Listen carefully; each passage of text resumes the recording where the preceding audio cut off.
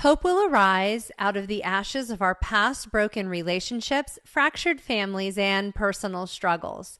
Come walk a mile with me as we allow Jesus to clean out the mess and organize the rest. Welcome to the Bridging Broken to Breakthrough podcast. I am your host, Maria Wingard. Grab your shoes, lace them up as we start strolling through this week's episode. 1 in a million chance, but I'm betting on God. Today, people in the church have far more faith in winning the lottery than encountering a supernatural miracle healing from God. Where's the faith in the supernatural intervention of a living, loving God? My heart is broken when I hear people discuss the dangers of false hope and the despair it causes.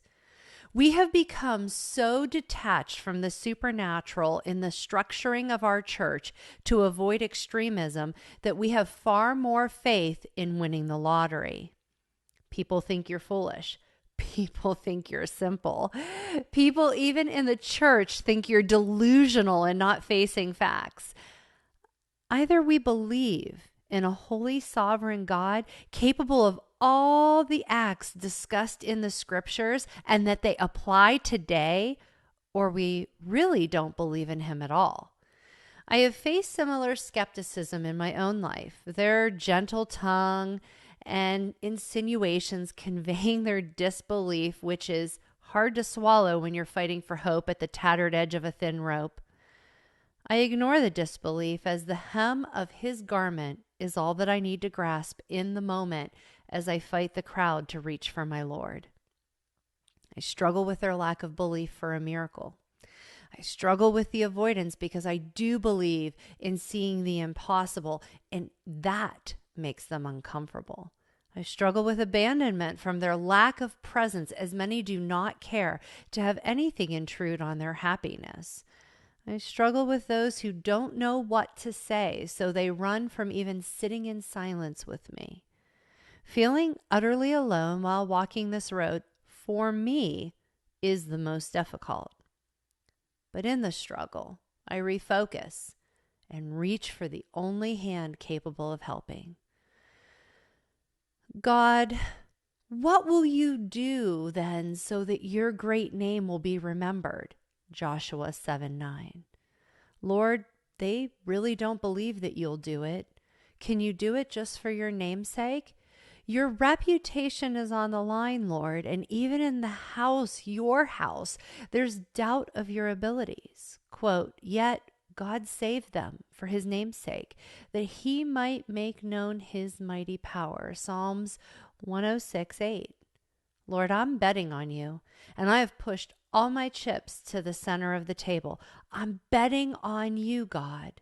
Sometimes you have to do what Jesus did when the synagogue leader's daughter died. I mean, you got to kick all the unbelief out of the room so that you can hold on to your faith and not be influenced by their lack of belief.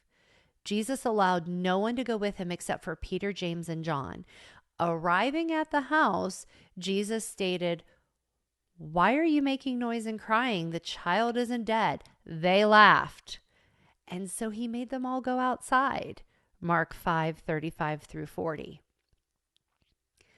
When they say, "Why bother? Your promise is dead," declare, "No, just sleeping," and continue to believe for the impossible and bet on God. When they laugh, make them go. Then bet on God again. When they proclaim death, speak life. Then bet on God.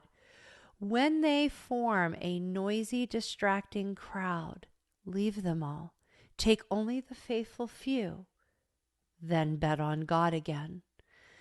One of the hardest revelations during this season of my life is that not all of the people in my circle can go with me. This biblical account reminds us that Jesus only took his inner circle, his 3 with him, not the 12. Belief in you and in what God can do is more important in these moments than the crowds. Jesus also did not hold it against the other 9 disciples. He didn't take Staying out of offense is critically important. It's also important to realize that you're not going to be able to manipulate God, and you're not going to succeed by military might or by your own strength, but it's going to be the Spirit of God. Zechariah 4:6. God will not necessarily move his hand because you have built a big enough prayer army. It will never be linked to something that you did, for God will not share his glory with any man. Quote, delay is not for denial, but a chance for the miracle working power of God in your life. End quote. God is looking for faith, ridiculous faith. Will he find it in you? Are you holding back to bet on another hand, or have you pushed all of your chips to the center of the table? Are you all in with nothing left to lose and everything riding on Jesus?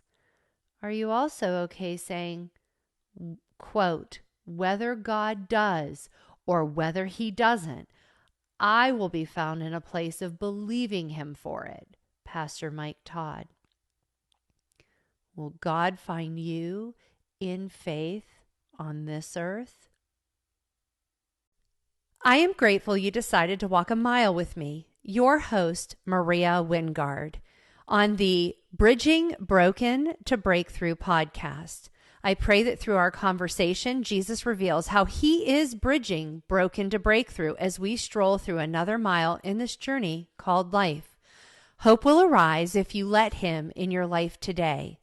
To listen to past episodes or find out more, please visit hopewillarise.com.